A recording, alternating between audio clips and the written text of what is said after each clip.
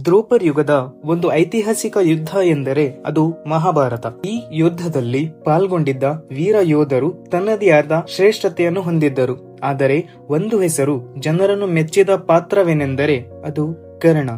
ಮಹಾಯೋಧ ಕರ್ಣ. ಈತನಿಗೆ ದಾನವೀರ, ಬುದ್ಧಿವಂತಿಕೆ ಮತ್ತು ಯುದ್ಧ ಕೌಶಲ್ಯಗಳ ವೀರ ಎಂದು ಕರೆಯುತ್ತಾರೆ. ಕರ್ಣನ ದಾನ, ಧೈರ್ಯ, ಚತುರತೆ ಮತ್ತು ಧರ್ಮವು ಇವತ್ತು ನಮ್ಮೆಲ್ಲರ ಪ್ರೇರಣೆಯಾಗಿದೆ.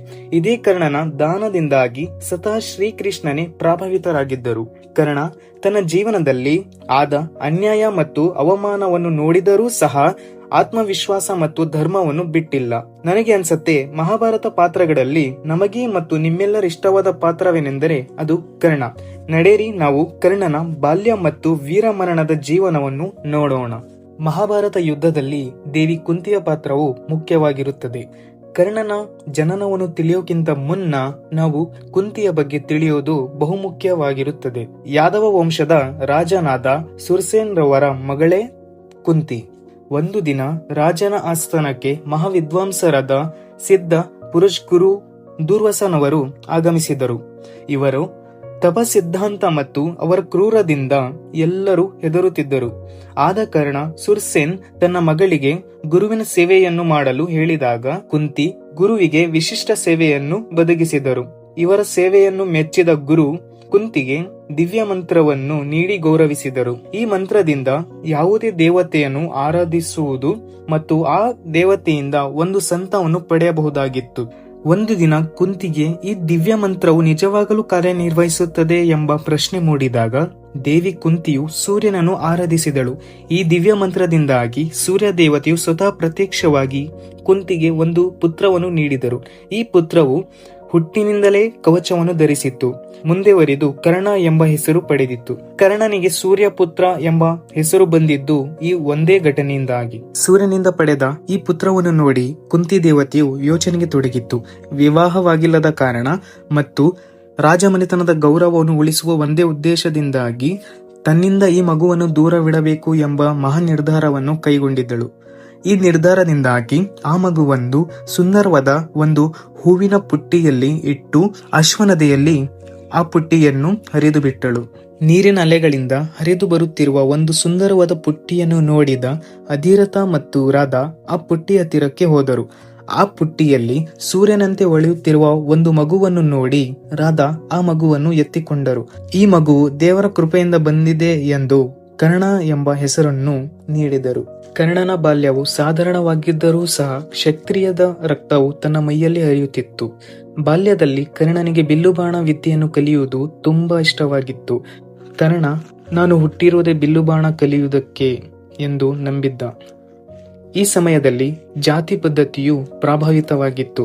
ಮೇಲ್ವರ್ಗಗಳಿಗೆ ಸಿಗುತ್ತಿರುವಂತಹ ಸೌಕರ್ಯಗಳು ಸಾಮಾನ್ಯ ಜನರಿಗೆ ಸಿಗುತ್ತಿರಲಿಲ್ಲ. ವಿದ್ಯಾಭ್ಯಾಸವು ಜಾತಿ ಆಧಾರಿತವಾಗಿತ್ತು. ಕರ್ಣನ ಕಣ್ಣು ಒಂದು ವಿದ್ಯಾಮಂದಿರಕ್ಕೆ ಬೀಳಿತು. ಆ ವಿದ್ಯಾಮಂದಿರವು ಶ್ರೀ ಗುರು ದ್ರೋಣಾಚಾರ್ಯದ ಗುರುಕುಲವಾಗಿತ್ತು. ಈ ಗುರುಕುಲದಲ್ಲಿ ಯುದ್ಧದ ತರಬೇತಿಗಳನ್ನು ಕಲಿಸುತ್ತಿದ್ದರು. ಒಂದು ದಿನ ಕರ್ಣನು ಗುರುಕುಲಕ್ಕೆ ಭೇಟಿ ನೀಡಿದ. ಆಗ ದ್ರೋಣಾಚಾರ್ಯರು ಕರ್ಣನ ಕುಲವನ್ನು ಕೇಳಿ ನಾನು ಬರೀ ಕ್ಷತ್ರಿಯ ವಂಶಕ್ಕೆ ತರಬೇತಿಯನ್ನು ನೀಡುವುದು ಎಂದು ಕರ್ಣನನ್ನು ಹೊರಹಾಕಿದರು. ಅಲ್ಲಿಂದ ಹೊರಬಂದ ಕರ್ಣ ಬೇರೆ ಬೇರೆ ತರಬೇತಿ ವಿದ್ಯಾಮಂದಿರಕ್ಕೆ ಆಗಮಿಸಿದ. ಸಾಮಾನ್ಯ ಜನ ಎಂದು ಪರಿಗಣಿಸಿದ್ದ ವಿದ್ವಾಂಸರು ಆತನಿಗೆ ಅಲ್ಲಿಂದ ಹೊರಹಾಕಿದರು. ಕರ್ಣನ ಕನಸು ನನಸಾಗಲು ಒಂದು ಸುಳ್ಳಿನ ಅವಶ್ಯಕತೆ ಮುಖ್ಯವಾಗಿತ್ತು. ಶಿವನ ಅವತಾರವನ್ನು ಹೊಂದಿದ್ದ ಪರಶುರಾಮರು ಮಹಾನ್ ವಿದ್ವಾಂಸರಲ್ಲಿ ಒಬ್ಬರಾಗಿದ್ದರು. ಇವರು ಬರೀ ಬ್ರಾಹ್ಮಣರಿಗೆ ಮಾತ್ರ ವಿದ್ಯೆಯನ್ನು ಕಲಿಸುತ್ತಿದ್ದರು. ಕರ್ಣ ಆಸ್ಥಾನಕ್ಕೆ ಹೋಗಿ ಗುರುವೇ, ನಾನು ಒಬ್ಬ ಬ್ರಾಹ್ಮಣ. ಆತ್ಮರಕ್ಷಣೆ, ನ್ಯಾಯ, ಧರ್ಮದ ಪರವಾಗಿ ನಾನು ಬಿಲ್ಲುಬಾಣ ಕಲಿಯುವುದು ತುಂಬಾ ಅವಶ್ಯಕತೆಯಾಗಿದೆ.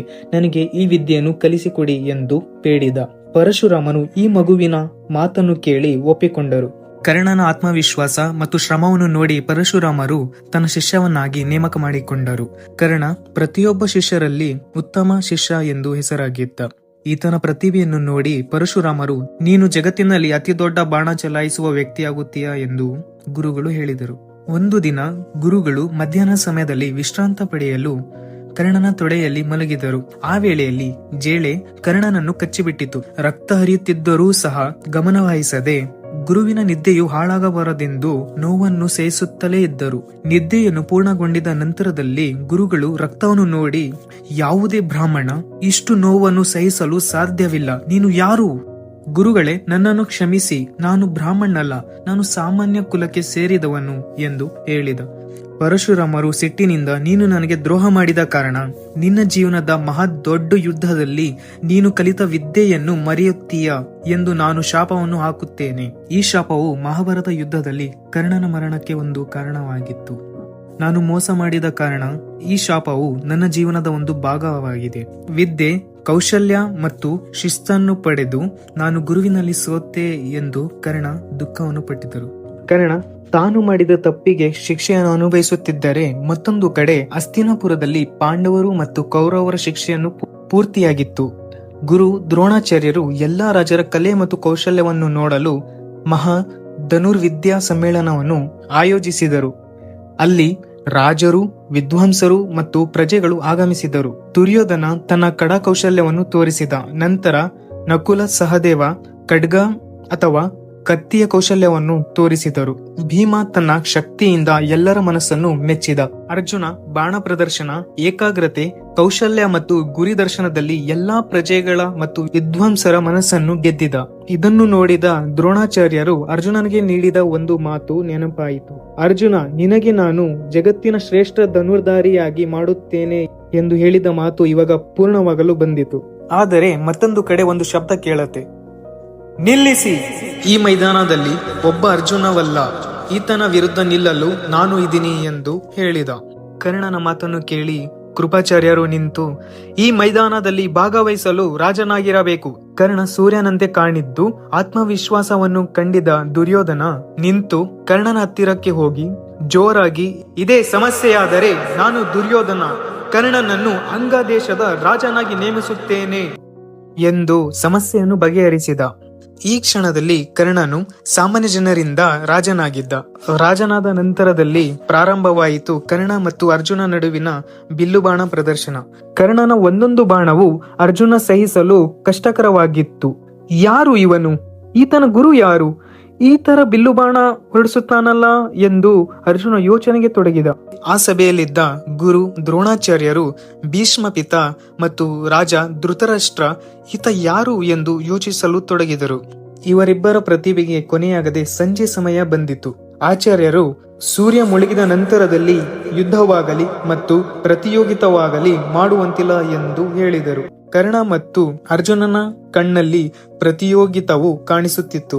ಕರ್ಣ ತನ್ನ ಕಣ್ಣನ್ನು ಜಾತಿಯನ್ನು ಕೇಳದ ಪ್ರತಿಭೆಯನ್ನು ನೋಡಿ ಸ್ವೀಕರಿಸಿದ ದುರ್ಯೋಧನನನ್ನು ನೋಡಿ ಆತನ ಹತ್ತಿರಕ್ಕೆ ಹೋಗಿ, ನಾನು ಏನಿವಾಗ ಇದೀನೋ ಅದು ನಿನ್ನಿಂದ ಸಾಧ್ಯವಾಯಿತು.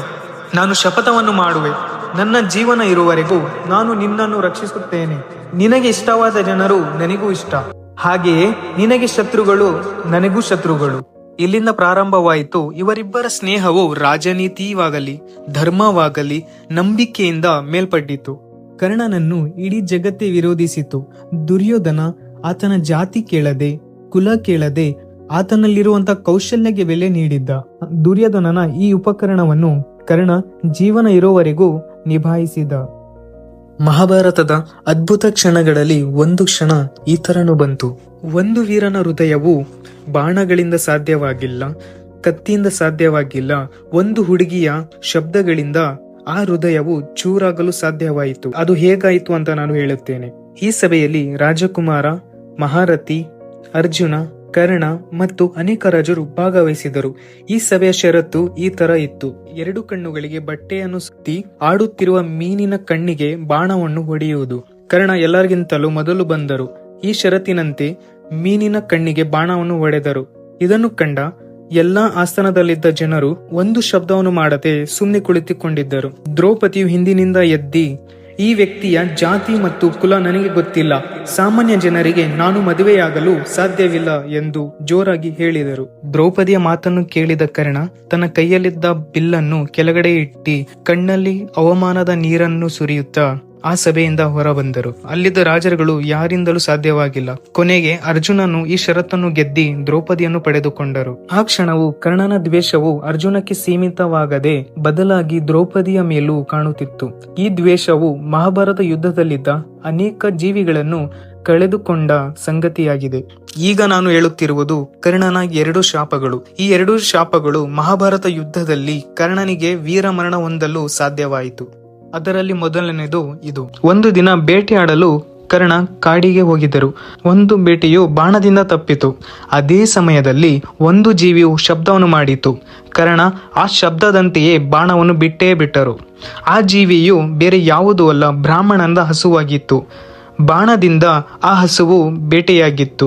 ಬ್ರಾಹ್ಮಣ ಆ ಹಸುವಿನ ನೋವನ್ನು ಸಹಿಸದೆ ಕರ್ಣನ ಹತ್ತಿರಕ್ಕೆ ಹೋಗಿ, ನೀನು ಯಾವಾಗ ಬದುಕಲು ಇಚ್ಛಿಸುತ್ತೀಯೋ ಆ ಕ್ಷಣದಲ್ಲಿ ನಿನಗೂ ಸಾವು ಬರುತ್ತದೆ ಎಂದು ಶಾಪವನ್ನು ನೀಡಿದ.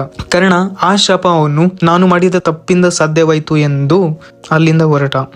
2ನೇ ಶಾಪವೇನೆಂದರೆ, ಕರ್ಣ ಹೋಗುತ್ತಿರುವ ದಾರಿಯಲ್ಲಿ ಒಬ್ಬ ಮಗು ಮುರಿದು ಹೋದ ಬೆಣ್ಣೆಯ ಮಡಿಕೆಯನ್ನು ನೋಡಿ ಜೋರಾಗಿ ಅಳುತ್ತಿದ್ದ. ಆ ಶಬ್ದವನ್ನು ಕೇಳಿದ ಕರ್ಣ ತನ್ನ ಬಾಲ್ಯದ ನೋವನ್ನು ಅರ್ಥ ಮಾಡಿಕೊಂಡು ಆ ಮಗುವಿನ ಹತ್ತಿರಕ್ಕೆ ಹೋಗಿ ಭೂಮಿಗೆ ತನ್ನ ಬಾಣದಿಂದ ಜೋರಾಗಿ ಹೊಡೆದರು. ಆ ಹೊಡೆದ ಬಾಣದಿಂದ ಬೆಣ್ಣೆಯು ಹರಿದು ಬರುತ್ತಿತ್ತು. ಇದನ್ನು ಕಂಡಿದ್ದ ಭೂಮಿ ತಾಯಿಯು ಪ್ರತ್ಯಕ್ಷವಾಗಿ, ಕರ್ಣ, ಒಬ್ಬನಿಗೆ ಸಹಾಯ ಮಾಡಲು ಬೇರೆಯವರಿಗೆ ತೊಂದರೆ ಕೊಡಬಾರದು, ಇದು ಧರ್ಮ ಒಪ್ಪುವುದಿಲ್ಲ. ಯಾವಾಗ ನೀನು ಜೀವನ ಮತ್ತು ಮರಣದ ಬಾಲೆಯಲ್ಲಿ ಇರುತ್ತದೆಯೋ ಆವಾಗ ನಾನು ಸಹಾಯ ಮಾಡುವುದಿಲ್ಲ ಎಂದು ಭೂಮಿ ತಾಯಿಯು ಶಾಪವನ್ನು ನೀಡಿದಳು. ಸುಮಾರು ದಿನ ಕಳೆದ ನಂತರದಲ್ಲಿ ಒಂದು ಬಂಜರ ಭೂಮಿ, ಅದು ಯಾವ ಜೀವಿಗೂ ಬದುಕಲು ಸಾಧ್ಯವಾಗದು. ಆ ಭೂಮಿಯಲ್ಲಿ ಪಾಂಡವರು ದೃಢ ಇಚ್ಛಾಶಕ್ತಿಯಿಂದಾಗಿ ಹಾಗೂ ಕೃಷ್ಣನ ಸಹಾಯದಿಂದಾಗಿ ಒಂದು ನಗರವನ್ನು ಸುಂದರ ಮತ್ತು ದಿವ್ಯವಾಗಿ ನೇಮಿಸಿದರು. ಆ ನಗರಕ್ಕೆ ಇಂದ್ರಪ್ರಾಸ ಎಂದು ಹೆಸರನ್ನು ನೀಡಿದರು. ಇದನ್ನು ಕಂಡ ದುರ್ಯೋಧನನು ಸಿಟ್ಟಿನಿಂದ ಮತ್ತು ದುರಾಸೆಗೆ ಒಳಪಟ್ಟಿರುತ್ತಾನೆ. ಈ ಬೆಂಕಿಯನ್ನು ಇನ್ನಿಷ್ಟು ಹರಿಸಲು ಈತನ ಮಾವ ಶಕುನಿ ತಲೆಮಾರುಗಳಿಂದ ಬಂದಂತಹ ಜೀಜುವಾಟವಾದ ಶತುರಂಜ್ ಆಟವನ್ನು ನಡೆಸಲು ಮುಂದುವರಿಯುತ್ತಾನೆ. ಈ ಆಟವು ಧರ್ಮ ಮತ್ತು ನ್ಯಾಯದ ವಿರುದ್ಧವಾಗಿರುತ್ತದೆ. ಯುಧಿಷ್ಠಿರವನ್ನು ಒಂದು ಸಭೆಯ ಮುಖಾಂತರ ಆಸ್ಥಾನಕ್ಕೆ ಕರೆದು ಆಟವನ್ನು ಆಡಿಸುತ್ತಾರೆ. ಈ ಆಟದಲ್ಲಿ ಯುಧಿಷ್ಠಿರ ತನ್ನ ಸೈನ್ಯ, ನಗರ, ಸಹೋದರ ಮತ್ತು ಹೆಂಡತಿಯನ್ನು ಸೋಲುತ್ತಾನೆ. ದುರ್ಯೋಧನನು ದುಶ್ಯಾಸನನ್ನು ದ್ರೌಪದಿಯ ತಲೆ ಕೂದಲನ್ನು ಹಿಡಿದುಕೊಂಡು ಬಾ ಎಂದು ಆದೇಶಿಸುತ್ತಾನೆ. ಈ ಒಂದೇ ಕಾರಣ ಮಹಾಭಾರತ ಯುದ್ಧ ನಡೆಯಲು ಮೂಲ ಕಾರಣವಾಗಿರುತ್ತದೆ. ಆಸ್ಥಾನದಲ್ಲಿದ್ದ ಕರ್ಣನ ಕಣ್ಣಿನ ಮುಂದೆ ಒಂದು ಸ್ತ್ರೀಯ ಅವಮಾನವು ನ್ಯಾಯ ಮತ್ತು ಧರ್ಮದ ವಿರುದ್ಧವಾಗಿತ್ತು. ಆದರೆ ಮಿತ್ರತ್ವದ ಪರವಾಗಿ ಕರ್ಣ ತನ್ನ ಕಣ್ಣನ್ನು ಮುಚ್ಚಿಕೊಂಡಿದ್ದ. ಈ ಆಟದ ಸೋಲಿನಿಂದಾಗಿ ಪಾಂಡವರಿಗೆ 13 ವರ್ಷದ ವನವಾಸ ಹಾಗೂ 1 ವರ್ಷದ ಅಜ್ಞಾತವಾಸವನ್ನು ಮಾಡಬೇಕಾಗಿತ್ತು. ಈ ಎಲ್ಲಾ ಕಾರಣಗಳಿಂದಾಗಿ ಪಾಂಡವರು ಮತ್ತು ಕೌರವರ ಯುದ್ಧವು ಮಾಡಲೇಬೇಕು ಎಂದು ತೀರ್ಮಾನಕ್ಕೆ ಬಂದಿದ್ದರು. ಸಂಭಾಷಣೆಗೆ ಯಾವುದೇ ಬೆಲೆಯಿಲ್ಲ ಎಂದು, ಧರ್ಮ ಮತ್ತು ಅಧರ್ಮದ ನಡುವಿನ ಯುದ್ಧವು ಆಗಲೇಬೇಕು ಎಂದು ಇಚ್ಛಿಸಿದರು. ಈ ಸಂದರ್ಭದಲ್ಲಿ ಕರ್ಣ ತನ್ನ ಕೌಶಲ್ಯಗಳಿಂದ ಹಾಗೂ ಚತುರತೆಗಳಿಂದ ದುರ್ಯೋಧನನನ್ನು ಜಗತ್ತಿನ ಅರಸ ಮಾಡಬೇಕು ಎಂದು ಇಚ್ಛಿಸಿದನು. ಕರ್ಣ ಒಂದರಂತೆ ಅನೇಕ ರಾಜರೊಂದಿಗೆ ಯುದ್ಧ ಮಾಡಿ ಜಯವನ್ನು ಸಾಧಿಸಿದ ಹಾಗೂ ಅನೇಕ ದೇಶಗಳನ್ನು ಗೆದ್ದಿ ಅಲ್ಲಿನ ಸೈನ್ಯವನ್ನು ಕೌರವರ ಕಡೆಗೆ ಸೇರಿಸಿ ಒಂದು ಬಲಿಷ್ಠ ಸೈನ್ಯವನ್ನಾಗಿ ಮಾಡಿದ. ಇದು ಕರ್ಣನ ಚತುರತೆಯಿಂದಲೇ ಸಾಧ್ಯವಾಯಿತು. ಕರ್ಣನ ಚತುರತೆಯಿಂದ ಅನೇಕ ದೇಶಗಳನ್ನು ಗೆದ್ದಿದ್ದ ಕೌರವರು ಮಹಾಭಾರತವು ನಾವೇ ಗೆಲ್ಲುತ್ತೀವಿ ಎಂಬ ಆತ್ಮವಿಶ್ವಾಸದಿಂದ ಮುಂದಾದರು. ರಣರಂಗದಲ್ಲಿ ಧರ್ಮ ಮತ್ತು ಅಧರ್ಮದ ವಿರುದ್ಧ ಯುದ್ಧ ನಡೆಸಲು ಕರ್ಣನ ಶಕ್ತಿ ಮತ್ತು ಕರ್ಣನ ದಿವ್ಯ ಕವಚವನ್ನು ನೋಡಿ ದೇವತೆಗಳೇ ಹೆದರುತ್ತಿದ್ದರು. ವಿಶೇಷ ಇಂದ್ರದೇವ್ ಇವರು ಅರ್ಜುನನ ತಂದೆಯಾಗಿದ್ದರು. ಕೌರವರ ಕಡೆ ಸೈನ್ಯ ಇದ್ದರೂ ಸಹ ಕರ್ಣನ ಶಕ್ತಿ ಮತ್ತು ದಿವ್ಯ ಕವಚವು ಒಂದು ಬಹುದೊಡ್ಡ ಸಮಸ್ಯೆಯಾಗಿತ್ತು. ಈ ಕವಚ ಕುಂಡಲು ಇರುವವರೆಗೂ ಕರ್ಣನನ್ನು ಸೋಲಿಸಲು ಅಸಾಧ್ಯಕರವಾದದ್ದು ಎಂದು ನಂಬಿದ್ದರು. ಹೇಗಾದರೂ ಮಾಡಿ ಈ ದಿವ್ಯ ಕವಚವನ್ನು ನಮ್ಮ ವಶಕ್ಕೆ ಪಡೆಯಬೇಕು ಎಂದು ಇಂದ್ರಜಿತ್ ಇಚ್ಛಿಸಿದರು. ಕರ್ಣ ಪ್ರತಿದಿನ ಮುಂಜಾನೆ ಎದ್ದು ಸೂರ್ಯ ನಮಸ್ಕಾರವನ್ನು ಮಾಡುತ್ತಿದ್ದನು. ಆಗ ಕರ್ಣನಿಗೆ ಏನಾದರೂ ಕೇಳಿದರೂ ದಾನ ಮಾಡುತ್ತಿದ್ದನು. ಒಂದು ದಿನ ಸ್ವತಃ ಸೂರ್ಯದೇವನೇ ಪ್ರತ್ಯಕ್ಷವಾಗಿ, ನಾಳೆ ನಿನ್ನ ಹತ್ತಿರ ಒಬ್ಬ ಬ್ರಾಹ್ಮಣ ಬರುತ್ತಾನೆ. ಆತ ನಿನ್ನ ಹತ್ತಿರದಲ್ಲಿದ್ದ ಒಂದು ವಸ್ತನ್ನು ಕೇಳುತ್ತಾನೆ. ಆ ವಸ್ತು ನಿನ್ನ ಪ್ರಾಣಕ್ಕಿಂತನೂ ಹೆಚ್ಚಾಗಿರುತ್ತದೆ. ಕರ್ಣ ನಗುತ್ತಾ ಹೇಳಿದರು, ದೇವರೇ, ನಾನು ಬಾಲ್ಯದಿಂದಲೇ ದಾನ ಮತ್ತು ಧರ್ಮವನ್ನು ನಂಬಿ ಬಂದವನು. ನನ್ನ ಹತ್ತಿರ ಏನಾದರೂ ಇದ್ದರೂ ಆತ ವ್ಯಕ್ತಿ ಕೇಳಿದರೆ ನಾನು ಕೊಡಬಲ್ಲೆ. ಮುಂದಿನ ದಿನ ಸೂರ್ಯ ನಮಸ್ಕಾರ ಮಾಡಿದ ನಂತರದಲ್ಲಿ ಒಬ್ಬ ಬ್ರಾಹ್ಮಣ ರೂಪದಲ್ಲಿ ಇಂದ್ರದೇವ ಶರಣಾಗಿ ದಿವ್ಯ ಕವಚವನ್ನು ಕೇಳೇ ಬಿಟ್ಟರು. ಈ ದಿವ್ಯ ಕವಚವು ಕರ್ಣನ ಒಂದು ರಕ್ಷಣೆಯಾಗಿತ್ತು. ಆತ ಏನು ಯೋಚನೆಯನ್ನು ಮಾಡದೆ ಆತನ ಕವಚವನ್ನು ಆ ಬ್ರಾಹ್ಮಣನಿಗೆ ನೀಡೇ ಬಿಟ್ಟನು. ಈ ದಾನ ಮತ್ತು ತ್ಯಾಗವು ಇತಿಹಾಸದಲ್ಲೇ ಯಾರಿಂದಲೂ ಮಾಡಲು ಸಾಧ್ಯವಾಗದ ವಿಷಯ. ಮಹಾಭಾರತ ಯುದ್ಧ ಪ್ರಾರಂಭವಾಗುವ ಹಿಂದಿನ ದಿನ ಮಾತಾ ಕುಂತಿಯು ಸ್ವಯಂ ಕರ್ಣನ ಹತ್ತಿರ ಬಂದಳು. ಕಣ್ಣಿನಲ್ಲಿ ನೀರನ್ನು ಬೀಳಿಸುತ್ತಾ ತುಟಿಯಲ್ಲಿ ಭಾರವಾದ ನಿಜವನ್ನು ತಗೊಂಡು ಕರ್ಣನೊಂದಿಗೆ ಭೀಕರ ಸತ್ಯವನ್ನು ಹೇಳಿದಳು. ಕರ್ಣ, ನೀನು ನನ್ನ ಪುತ್ರ, ನನ್ನ ಗರ್ಭದಿಂದಲೇ ಜನಿಸಿದೀಯಾ. ಆ ಸಮಯದಲ್ಲಿ ನಾನು ನಿನ್ನನ್ನು ಸಾಕಲು ಕಷ್ಟಕರವಾಗಿತ್ತು. ನಾನು ನಿನಗೆ ತ್ಯಾಗವನ್ನು ಮಾಡಿದ್ದೆ ಎಂದು ಹೇಳಿದಳು. ಈ ಸತ್ಯವನ್ನು ಕೇಳಿದ ಕರ್ಣನ ಹೃದಯವು ನಡುಗಲು ಪ್ರಾರಂಭವಾಯಿತು. ತಾಯಿಯೇ, ಇವಾಗ ತುಂಬಾ ಸಮಯವಾಗಿದೆ, ಇಷ್ಟು ಹತ್ತಿರ ಬಂದಿದ್ದೀರಾ, ನನ್ನಿಂದ ಏನಾದರೂ ಸಹಾಯ ಆಗಬೇಕೇ ಎಂದು ಕೇಳಿದ. ತಾಯಿ ಕುಂತಿ ನಡುಗುತ್ತಾ ಹೇಳಿದಳು, ಕರ್ಣ, ನಾನು ಕೇಳಿದ್ದೀನಿ, ನೀನು ಜಗತ್ತಿನಲ್ಲಿಯೇ ಬಹುದೊಡ್ಡ ವೀರ ಎಂದು. ಇವತ್ತು ತಾಯಿ ತನ್ನ ಮಕ್ಕಳ ರಕ್ಷಣೆಗಾಗಿ ಜೀವನವನ್ನು ಕೇಳಲು ಬಂದಿದ್ದೀನಿ. ನೀನು ಯುದ್ಧವನ್ನು ಮಾಡಬೇಡ, ನನ್ನ ಜೊತೆ ಬಾ. ಕರ್ಣ ಕೆಲವು ನಿಮಿಷಗಳ ನಂತರದಲ್ಲಿ ಶಾಂತಿಯುತವಾಗಿ ಹೇಳಿದ, ತಾಯಿ, ನಿನ್ನ 5 ಜನ ಮಕ್ಕಳು ಜೀವಂತವಾಗಿರುತ್ತಾರೆ, ಆದರೆ ನಾನು ಅಥವಾ ಅರ್ಜುನನಲ್ಲಿ ಒಬ್ಬರು, ಉಳಿದ ಸಹೋದರರಾದ ಯುಧಿಷ್ಠಿರ, ಭೀಮ, ನಕುಲ ಮತ್ತು ಸಹದೇವ ಇವರನ್ನು ನಾನು ಸಂದರ್ಭ ಬಂದುವಲ್ಲಿ ನಾನು ಸಾಯಿಸುವುದಿಲ್ಲ ಎಂದು ನಾನು ನಿನಗೆ ವಚನವನ್ನು ನೀಡುತ್ತೇನೆ. ಪುತ್ರನ ತಾಯಿಯ ಅಂತಿಮ ದಾನವು ಮತ್ತೊಂದು ಸಲಿ ಕರ್ಣ ದಾನವೀರ ಎಂದು ಸಾಬೀತಾದ. ಈ ದಾನವು ತುಂಬಾ ಕಠಿಣವಾಗಿತ್ತು. ಯುದ್ಧ ಪ್ರಾರಂಭವಾಯಿತು. ಭೀಷಣ ಸಂಗ್ರಾಮನೇ ಆಗಿತ್ತು. ರಕ್ತಗಳ ನದಿಗಳೇ ಹಲವು ಕಡೆ ಹರಡಿದವು. ಕರ್ಣ ಪಾಂಡವರ ವಿರುದ್ಧ ನಿಂತಿದ್ದ. ಈತನ ವಿರುದ್ಧ ಅರ್ಜುನ ನಿಂತಿದ್ದ. ಕರ್ಣನ ಸಾರಥಿ ಶಲ್ಯ ಹಾಗೂ ಅರ್ಜುನನ ಸಾರಥಿ ಕೃಷ್ಣ. ಕರ್ಣ ಬಾಣವನ್ನು ಬಿಟ್ಟರೆ ಅರ್ಜುನನ ರಥವು 2 ಅಡಿ ಹಿಂದಕ್ಕೆ ಜರುಗುತ್ತಿತ್ತು. ಹಾಗೆಯೇ ಅರ್ಜುನನ ಬಾಣ ಬಿಟ್ಟರೆ ಕರ್ಣನ ರಥವು 10 ಅಡಿ ಹಿಂದಕ್ಕೆ ಜರುಗುತ್ತಿತ್ತು. ಇದನ್ನು ಕಂಡಿ ನೋಡಿದಿರ ವಸುದೇವ, ಕರ್ಣ ಬಾಣ ಬಿಟ್ಟರೆ ನನ್ನ ರಥ 2 ಅಡಿ ಹಿಂದಕ್ಕೆ ಹೋಗುತ್ತದೆ. ಅದೇ ನಾನು ಬಾಣ ಬಿಟ್ಟರೆ 10 ಅಡಿ ದೂರ ಹೋಗುತ್ತದೆ ಅವನ ರಥ. ಇದರಲ್ಲಿ ಗೊತ್ತಾಗತ್ತೆ ನಾನು ಕರ್ಣಕ್ಕಿಂತ ಬಲಶಾಲಿ ಎಂದು. ಕೃಷ್ಣ ನಗಾಡುತ್ತಾ ನಿಧಾನವಾಗಿ ಹೇಳಿದರು, ಅರ್ಜುನ, ನಿನ್ನ ರಥದಲ್ಲಿ ಸ್ವಯಂ ನಾನು ಇದ್ದೀನಿ. ಧ್ವಜದಲ್ಲಿ ಹನುಮಾನ್ಜಿ ಇದ್ದಾರೆ. 2 ದಿವ್ಯ ಶಕ್ತಿಗಳು ಇವೆ. ಆದರೆ ಕರ್ಣನ ಬಾಣವು ನಿನ್ನ ರಥವನ್ನು ಹಿಂದಕ್ಕೆ ಜರುಗಿಸುತ್ತಾರೆ ಎಂದರೆ ಯೋಚನೆ ಮಾಡು. ಅರ್ಜುನ ಒಬ್ಬನೇ. ಕರ್ಣನ ಒಂದು ಬಾಣವು ನಿನ್ನ ರಥವನ್ನು ಚೂರಾಗಿ ಮಾಡುತ್ತದೆ. ಅಂದರೆ ಅವನ ಶಕ್ತಿಯು ಎಷ್ಟು ಇರಬಹುದು? ಅರ್ಜುನ ಇದನ್ನು ಕೇಳಿ ಮೌನವಾಗಿ ನಿಂತಿದ್ದ. ಅರ್ಜುನನಿಗೆ ಕರ್ಣನ ವೀರತೆಯು ತಿಳಿಯಿತು. ಮಹಾಭಾರತ ಯುದ್ಧವು ಅಂತಿಮಕ್ಕೆ ಬಂದಿತ್ತು. ಭೂಮಿಯು ನಡುಗುತ್ತಿತ್ತು. ಆಕಾಶವು ಗರ್ಜನೆಯಿಂದ ಕೂಡಿತ್ತು. ಯುದ್ಧ ಭೂಮಿಯಲ್ಲಿ ಪರಶುರಾಮನಿಂದ ಕಲಿತಿದ್ದ ಎಲ್ಲಾ ವಿದ್ಯೆಯನ್ನು ಮರೆಯಲು ಪ್ರಾರಂಭವಾಯಿತು. ಕೌಶಲ್ಯಗಳು ಮತ್ತು ದಿವ್ಯ ಮಂತ್ರಗಳನ್ನು ನೆನಪಿಸಲು ಹೋದಾಗ ಆ ದಿವ್ಯ ಮಂತ್ರಗಳು ಮರೆಯಲು ಪ್ರಾರಂಭವಾಯಿತು. ಕರ್ಣನ ರಥವು ಭೂಮಿಯಿಂದ ಸಿಕ್ಕಿಕೊಂಡಿತ್ತು. ಕರ್ಣ ಅರ್ಜುನನೊಂದಿಗೆ ಹೇಳಿದ, ಅರ್ಜುನ, ನನಗೆ ಸ್ವಲ್ಪ ಸಮಯ ಕೊಡು. ನನ್ನ ಚಕ್ರ ಭೂಮಿಯಲ್ಲಿ ಸಿಕ್ಕಿಕೊಂಡಿದೆ. ಅದನ್ನು ನಾನು ಹೊರಗಡೆ ತೆಗೆದು ಮತ್ತೆ ನಾನು ನಿನ್ನ ಹತ್ರ ಯುದ್ಧ ಮಾಡುವೆ. ಅರ್ಜುನ ಅದಕ್ಕೆ ಒಪ್ಪಿದ.